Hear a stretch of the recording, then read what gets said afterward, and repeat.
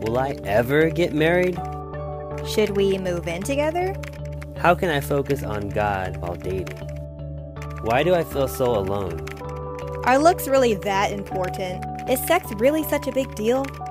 You may have a lot of questions about your walk with God, so let's talk about it.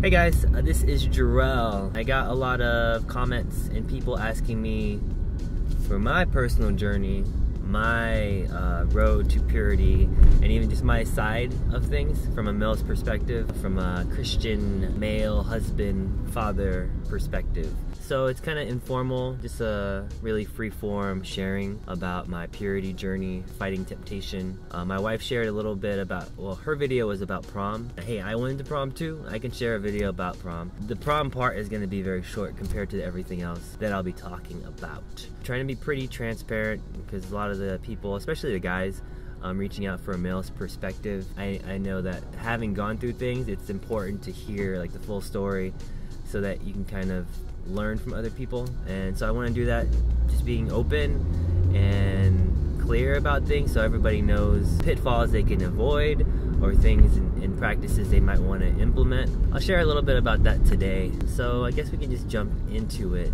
I'm not going to be doing so much engaging with the camera. Obviously I'm driving and I don't want to crash, and you guys should be able to see everything. The red tint for the Red R, my company and my graphic novels and stuff in the back. My prom was like 20 years ago. That's really hard for anybody to believe, especially for me. It does not seem like that long ago. It was 1997. We just landed on the moon, finally. No, so it was 1997. I really, actually, truthfully, I didn't want to go to prom. It wasn't a big deal to me. Hearing a lot of other students, my friends, talking about it, like, oh, you should go. It's like you only get to do this once in your life, blah, blah, blah. I decided to go because it was true. I felt like, well, it's the only chance I get to do stuff, because I won't say that I was sheltered. Like growing up, I didn't really have a sheltered life, but there was a lot of things that I didn't get to do that I know a lot of my friends were doing. I'll talk a little bit more about that later. So when I decided to go, it was almost like a last minute thing. I didn't really have a date. I invited my friend to go. She was a sophomore at the time, and she had a boyfriend. So that's already kind of weird, and I wouldn't do that the same way today. I wouldn't ask a girl who had a boyfriend even to be like as a friend to go. And if I had a girlfriend, I wouldn't be like cool with her going with some guy to the prom. But anyways, they all seemed fine with it, and we went, and then I invited my other friend, Scott. It was really like just a laid back, chill kind of night. There was no expectations, there was no like pressure on the night, because like we were just friends. It wasn't anything crazy like some people have pacts about, oh, you're gonna lose my V card and I'm gonna do this and all this stuff, which my wife kind of talked about in her video about the movie that's just coming out right now. But for me and mine, we went to the end of the night with prom. We were dancing, having food and stuff, and the one dance that I danced with my friend was like this far apart, so we had like 3 feet between us, and the only dance that we had. But I danced with other people and I had a good time, and I was glad that I went. One of the reasons I don't think I wanted to go, because it was like, well, it's like a social thing and I don't do a lot of those because my mom's kind of overprotective, or people might say overbearing. But there was some milestones. Like it was like the first time I drove. I just got my license and I was able to drive for the first time on my own that day to pick up the tuxedo, and then later to go to prom and drive everybody around.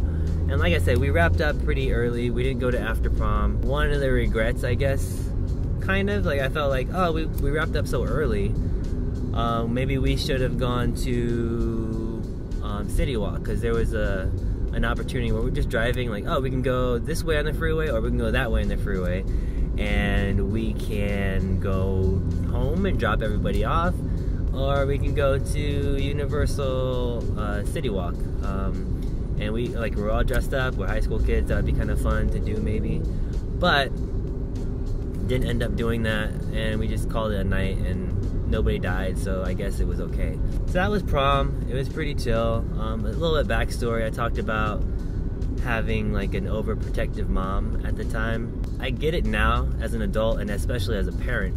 I understand more of like her thinking. It was a little extreme, but I can appreciate it more now as an adult. Some of the examples of what I had to deal with growing up. I don't know, I really wasn't trusted to date or to have a girlfriend or to like go over a friend's house. There was only like a handful of friends that I had that my parents, especially my mom. My dad was pretty laid back about it, but they trusted me to like hang out with or to see. One of my best friends, Thomas, they knew his family really well, and so he's the only person I've ever like really gone over their house. And the one time in my whole life slept over at a friend's place was one day, I think senior year at his place. He would always come over and he'd sleep at our place. He'd spend the weekend. His brothers would come over. So like they knew him like another son. In terms of like dating, she didn't really like me being around girls, always asking questions. And throughout high school and I think the early part of college, no dating was to be had or even going out. I was the youngest of 5, and a lot of stuff did happen to my siblings. There was some traumatic stuff too, like one of them was molested and there was some rape, and also with my brother being like threatened and held up at gunpoint by some gang. So there was a lot going on that I understand. Her protectiveness of me and wanting to shield me from a lot of that. Some of the extreme examples was I went to a high school that we literally lived 2 blocks away from the school, from the campus. So I could probably run from our front door to the back gate of the high school and in under 2 minutes. Yet, every single day she wanted to drop me off and pick me up from school. And even when she was late, like 15-20 minutes, she wanted me to wait, even though I could have walked home and been home in like 3 minutes. Sometimes I did walk home. I was like, I'm not gonna wait here so that I can get a ride in like 30 minutes or whatever. So I did that sometimes, but like I said, I kind of understand it, because even on our block, it wasn't a terrible neighborhood. It was okay. It was a fine street. But the homecoming king from my senior year was actually shot and murdered on our block, like 3 blocks down, just past like where the back gates of the school were. So I get her protectivity, if that's a word, her wanting to protect me from stuff. So all that being said, she felt bad more into my college years, where it's like, well, I never see you dating or I never see you with a girl. So she switched from like being super reluctant for that part of my life and growing up to being more of a, hey, let me match you up with people. Hey, the gardener has a daughter. Hey, this over here, this person, like, and it was like kind of, it was funny to see her like flip a switch and change into that, oh, he's being deprived and I want him to experience life, kind of a thing. So that's kind of the backstory to me, because all that kind of led up to prom, and that continued on into college, because I really didn't date much at all, and I feel like all that kind of played a role in that. It kind of made me who I am today. Didn't date much at all, really. And in college it was more of I guess people don't really give credit or think that art school is a serious thing sometimes when I tell them what we went through. But going to Otis College of Art and Design for 4 years, we had to carry so many units. We were like carrying 18 units on average, I think. So we were doing so many classes, and there was really not a lot of time for social life. When I went from high school to college, my workload like seemed like it quadrupled, and I was like, well, I thought I had a lot of work in high school, but college is like crazy amount of work. But it was stuff I loved to do, so I was into it. It was just there was not a lot of time left for other things, so I didn't really date much. It was probably like 3 to 5 times, I count it on one hand, that I actually went out with a girl in my adult life. Part of it was my focus was on studies and my career, and then the other part was I do feel like God was shielding me from certain relationships where I was like, oh, this person's really cool and we seem to get along and we seem to like each other, but like nothing would ever come of it. I got into my 30s before I was even before I even ever had a girlfriend. So I was like, well, is something wrong with me? What's going on? I was just asking God and praying about it.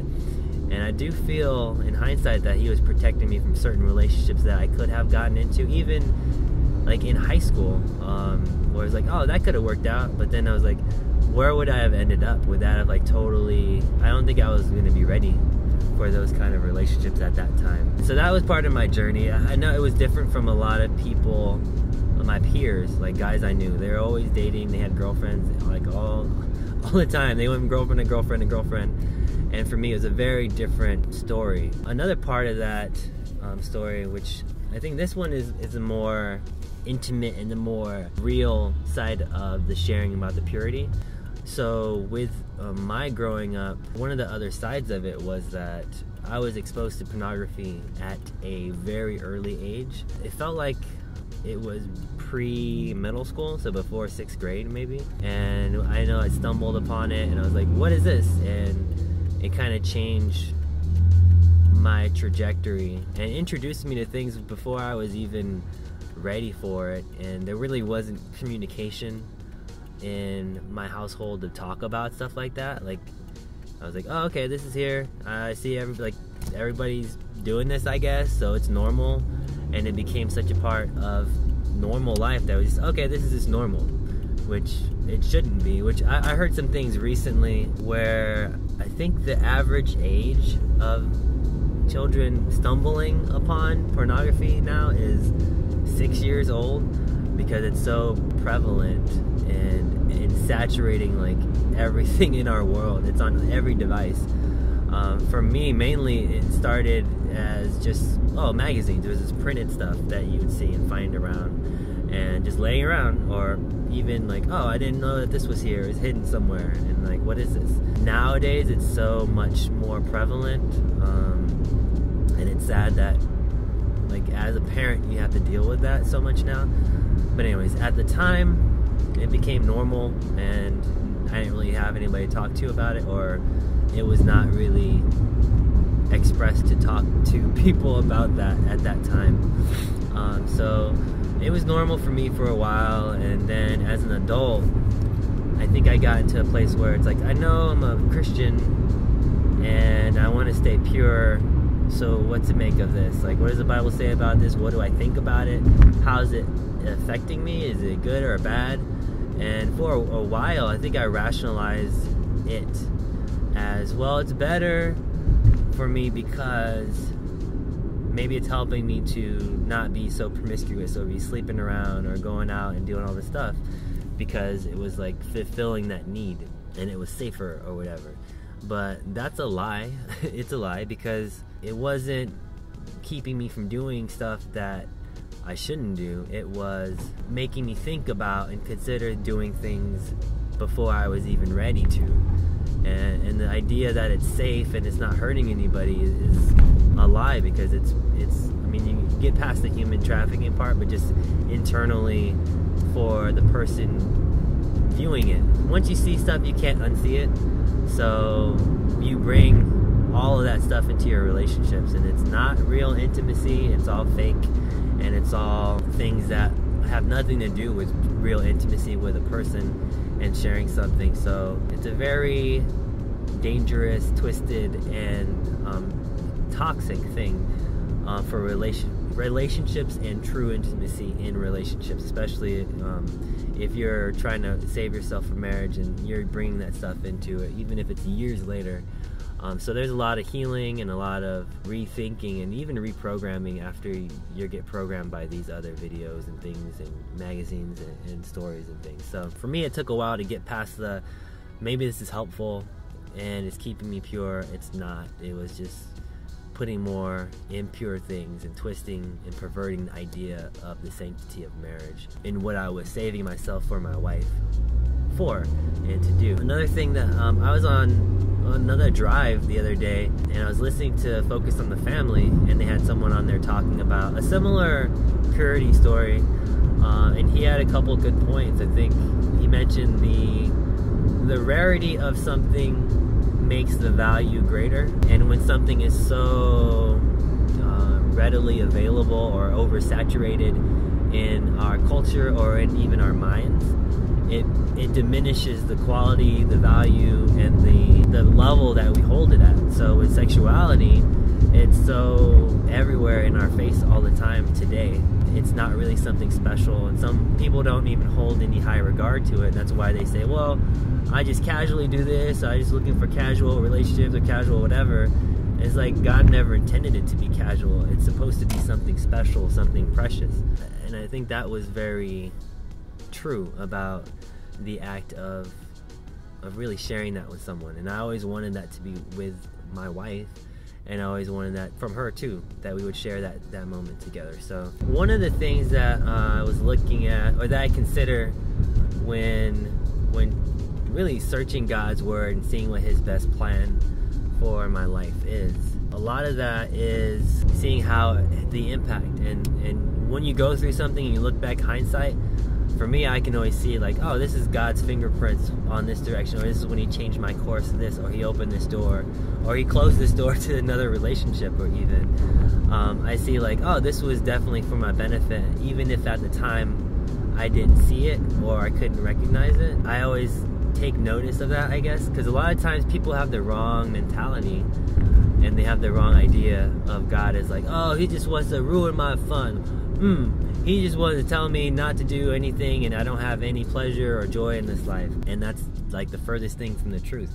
Anyone who's a parent knows that how you raise your child, you're not like, oh, I don't want you to have fun, I don't want you to do this. It's like, I know what that's going to lead to.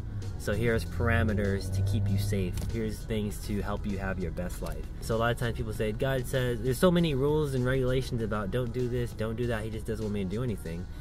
When I mostly look at it like it's more of a protective thing, where it's like, it's not don't have premarital sex, or don't do drugs, or don't have profanity in your life. I mostly see it as, if you say don't, he's saying don't hurt yourself, don't ruin your purity, don't mess up your life, or don't put toxic things in your body that's going to shorten your lifespan or impair your thinking or prevent you from living the best that you could be. He just wants the best for you. And a lot of times people don't understand that, and they're just caught up in the flesh in the moment of something, and they're so short-sighted. They don't see the big picture, they don't see ahead, they just see the now. And I heard a story recently where it compared this analogy to Esau and Jacob in the Bible. They're two twin brothers. Esau was older by a few minutes, and he naturally had the birthright, which was a big deal for his culture, and Jacob did not. Esau was hungry one day, and Jacob cooked a stew, and Esau was like, oh, I'm really hungry, I want that. I need to eat. And Jacob was like, well, I'll give it to you if you sell me your birthright. And that seems ridiculous, but I guess because he was so famished, he agreed to it, and he gave up his birthright. So for a moment of satisfaction, he sacrificed his whole lifelong livelihood or birthright that he had access to it, and that was for him. So in a way, it's a lot like that with things that we decide or don't decide to do today in our lives, where we may watch pornography and say, oh, well, it just satisfies its need now, but what's the long-term effect? Or I'm just going to sleep around now, and when I'm ready to settle down, then I'll find a wife. But what's the long-term effect of that? I think the lie in the culture today is that it doesn't matter, or that it's helpful, or it's really not a big deal. We're just animals, so we're just fulfilling that need, and if you want to settle down later, you still can do that, and it doesn't have any ramifications on your relationships in the future, which is very untrue. That was the journey through the purity part. And I know people ask about, like, well, how do you deal with the pornography, how you get delivered from it, and all these things. And it wasn't any one thing particular for me. I had a lot of different avenues. That was having an accountability partner, another man of faith, who you can go to and talk about, like, oh, this is what I'm struggling with, this is what I'm dealing with, and not going at it alone. That's so important. So having trusted men to talk to that share in your journey, but they have to be ones who are actually trying to improve, and hopefully they're not just peers struggling at the same level, but they've dealt with it, or they have more advice or things to help you in your journey, and not just like commiserating, like, oh, it's so difficult, it's so tough. Yeah, I know, man, I slipped up. Oh, good, because I did too, and now we're in the same boat. I don't think that's going to be constructive or helpful in getting delivered from that. So prayer obviously was a big part of it. Fasting, it's an addiction. So like any addiction, what you do is, one of the things I heard at the time that I found helpful was, if you have an addiction to do something, whatever it is, and you're gonna refrain from it, then that leaves a gap in your time, in your schedule, I guess, and you should replace it with something, whether you work out, whether you do more prayer, whether you do like a Bible study. I think that's a big part of it too. Whenever you feel tempted to do anything that you know you shouldn't be doing, I think it's important to pray right away. Pray about it, because I mean, what you're feeding in your life is the thing that's going to be the strongest. And you could feed your desires, or you could feed your spirit, or you could feed your flesh, or you could feed your spirit. Surrounding yourself with things that just feed the flesh and those carnal desires is going to make that the prevalent, the most dominant thing. If you feed like your study of God's word and staying pure, if that's what you're committed to doing, then that's going to be the dominant and the strongest thing. Interesting thing about my journey, in the many years of waiting for my wife, I didn't meet her until after I had dealt with a lot of stuff, and all this stuff was done, and I wasn't really, like, all those temptations and stuff were, I dealt with them and I matured past them, and it wasn't like an ongoing thing, and I felt like that was important for me to be at the maturity level of not having those constant struggles before I introduced this other person into my life, because that wasn't going to just be fixed like this once she came along. Me being prepared and ready for her was part of why it took that much time for me to be ready for that relationship. And you can see some of the other videos that she has, and I posted one or two about our journey and finding the right person. One of the things that brought us together was not necessarily, oh, I'm looking for a wife at I'm going to the club, I'm going to these bars, everywhere I go, like, because you think, like, I would thought, like, oh, at school or church I'd find someone along those lines, and it never worked out. It never panned out that way. There was never like the person that was fitting the things I had in my list that God led me to make in that list. So I found that it happened, and I met her once I was really focused on the calling that He had for my life, and once I kind of devoted to that, our paths converged and came together. Where you're called, your profession, your career, whatever thing God made you passionate about, most likely, definitely was for us, is where you're gonna meet the person you're gonna marry down the line. But in that time, you had to be prayerful about her, you had to be prayerful about yourself, and getting yourself to a place where you're ready for that, because it took me a while to get there. It wasn't until I was 30 that I had my first girlfriend. Officially on my 30th birthday, Kytia, my wife, said, "You're my boyfriend and I'm your girlfriend." And I was like, okay, that's cool. But it was kind of just because we were not putting labels on it, because we already knew, like, hey, we're looking for marriage. God led us to each other. It was just like the official title finally was placed on our relationship, and then we got married shortly after. And like our testimonies in other videos, and you can see them. For us, that was kind of the journey. We managed to, as they say, keep our V cards intact until our wedding night, until we were married. A lot of people today feel like that's very old-fashioned, or that's like from the 50s or whatever. Like, people don't do that nowadays. And I mean, for our testimony, I always want to share it because it's not true. Like, it's totally doable now. If you want to stay pure, if you want to maintain your purity until you're married, and you want to find someone who did the same thing, that is totally doable. That's our testimony. That's what we did. It wasn't easy, but it was definitely worth it. And I'd recommend, if anybody wants to do that you totally do it. It's something that's attainable. It's something that I feel is God's best for us. A lot of times people use the terminology that you're giving up your virginity or you're taking someone's virginity. And I think it's interesting because it is accurate. I think it's appropriate. It's a gift. It's an amazing gift to share or to give to your spouse if you wait for each other, because it's definitely worth the wait. To have that experience and not bring up other people or other experiences into your marriage, into that relationship, in this intimate moment, is definitely a gift, and it's worth the wait. For us, it was awesome. We didn't feel like we missed out on anything because we weren't testing the waters or kicking the tires with other people or other relationships before we found each other and we settled down. So I mean, I think that's pretty much my journey. That's what I went through. Those are some of the things that I experienced. Alright, so I think that covers everything that I had. I hope you guys got something out of it. I hope it was a blessing to you. If you have any questions, feel free to leave them in the comments down there somewhere. Let me know if you like the format of this. I'm trying to do something different, making the best use of my time while I'm on the road and doing stuff.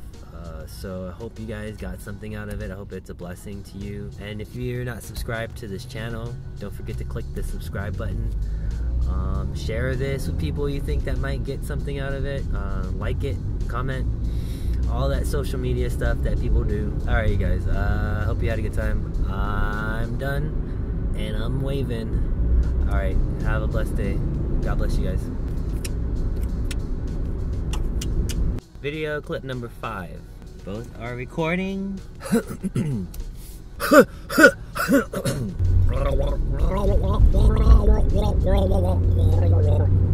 is it so shaky? Looks like it's scared.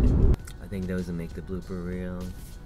I don't know anybody who used to do this, but as a kid, when I'd go in through a long tunnel, I'd hold my breath to see how long I can go.